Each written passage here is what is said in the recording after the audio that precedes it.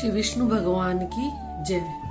आज मैं आपको श्रावण शुक्ल एकादशी की व्रत कथा सुनाने जा रही हूँ। इस एकादशी का नाम है पुत्रदा एकादशी। श्री युधिष्ठिर कहने लगे कि हे भगवान, श्रावण शुक्ल एकादशी का क्या नाम है, व्रत करने की विधि तथा इसका महत्म्य कृपा करके कहिए। मधुसूदन कहने लगे कि इस एकादशी का नाम पुत्रदा है।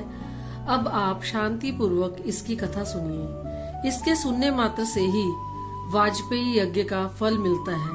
द्वापर युग के आरंभ में महिष्मती नाम की एक नगरी थी, जिसमें महिजीत नाम का राजा राज्य करता था। परंतु पुत्रहीन होने के कारण राजा को राज्य सुखदायक नहीं लगता था। जिसके संतान ना हो उसके लिए यह लोक और परलोक दोनों ही दुखदायक होते हैं। पुत्र सुख की प्राप्ति के लिए राजा ने अनेक उपाय किए, परंतु राजा को पुत्र की प्राप्ति नहीं हुई।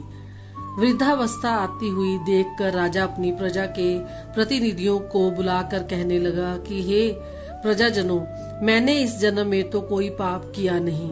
मेरे खजाने में अन्याय से उपार्जन किया हुआ धन नहीं है, ना मैंने कभी देवताओं तथा ब्राह्मणों का धन छीना। किसी दूसरे की धरोहर भी मैंने नहीं ली। प्रजा को पुत्र समान पालता रहा।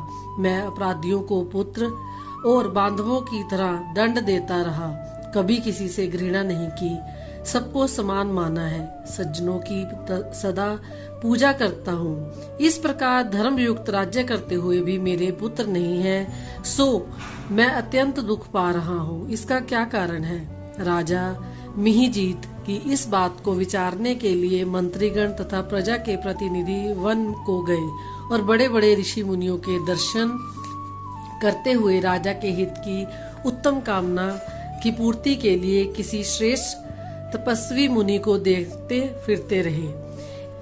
एक आश्रम में उन्होंने एक अत्यंत वयोवृद्ध धर्म के ज्ञाता, बड़े तपस्वी, परमात्मा में मन लगाए हुए, निराहार, जितेंद्रिय, जितात्मा, जित क्रोध, सनातन धर्म के गूढ़ तत्वों को जानने वाले, समस्त शास्त्रों के ज्ञाता महात्मा लोमश मुनि को देखा, जिनका कल्प के व्यतीत होने पर एक रोम गिरता था। सबने जाकर ऋषि को प्रणाम किया और उनके सामने बैठ गए। उन लोगों को देखकर मुनि ने पूछा कि आप लोग किस कारण आए हैं? निसंदेह मैं आप लोगों का हित करूंगा। मेरा जन्म केवल दूसरों के उपकार के लिए ही हुआ है, इसमें संदेह मत करो।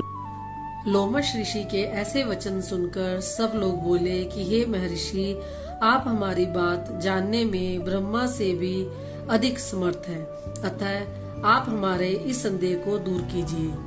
महेशमती पुरी का धर्मात्मा राजा महिजीत प्रजा का पुत्र के समान पालन करता है, परंतु फिर भी वह पुत्रहीन होने के कारण अत्यंत दुखी है।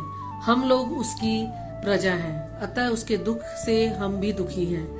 आपके दर्शन से हमें पूर्ण विश्वास है कि हमारा यह संकट अवश्य दूर हो जाएगा, क्योंकि महान पुरुषों के दर्शन मात्र से अनेक कष्ट दूर हो जाते हैं।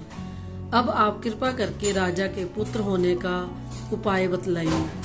यह वार्ता सुनकर ऋषि ने थोड़ी देर के लिए अपने नेत्र बंद किए और राजा के पूर्व जन्मों का वृतांत जानकर कहने लगे कि ये राजा पूर्व जन्म में एक निर्धन वेश्या था। निर्धन होने के कारण इसने कई एक बुरे कर्म किए। यह एक गांव से दूसरे गांव में पार करने के लिए जाया करता था।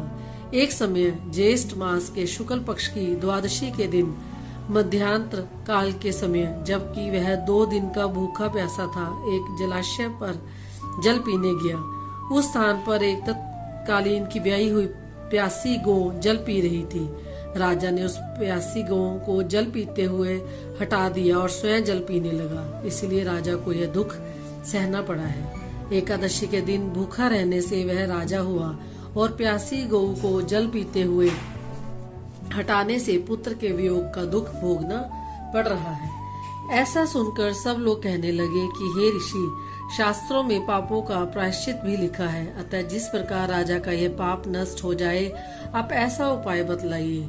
लोमश मुनि कहने लगे कि श्रावण शुक्ल पक्ष की एकादशी को, जिसको पुत्रदा एकादशी भी कहते हैं, तुम सब लोग व्रत करो और रात्रि को जागरण करो, तो इससे राजा का यह पूर्व जन्म का पाप अवश्य नष्ट हो जाएगा। साथ ही राजा को पुत्र की अवश्य प्राप्ति होगी। लोमश ऋषि के ऐसे वचन सुनकर मंत्रियों सहित सारी प्रजा नगर को वापस लौट आई और जब श्रावण शुक्ला एकादशी आई तो लोमश ऋषि की आज्ञा अनुसार राजा सहित सबने पुत्रदा एकादशी का व्रत और जागरण किया।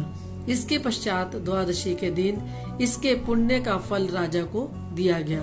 उस पुण्य के प्रभाव से रानी ने गर्भ धारण किया और प्रसव काल समाप्त होने पर उसके एक बड़ा तेजस्वी पुत्र उत्पन्न हुआ।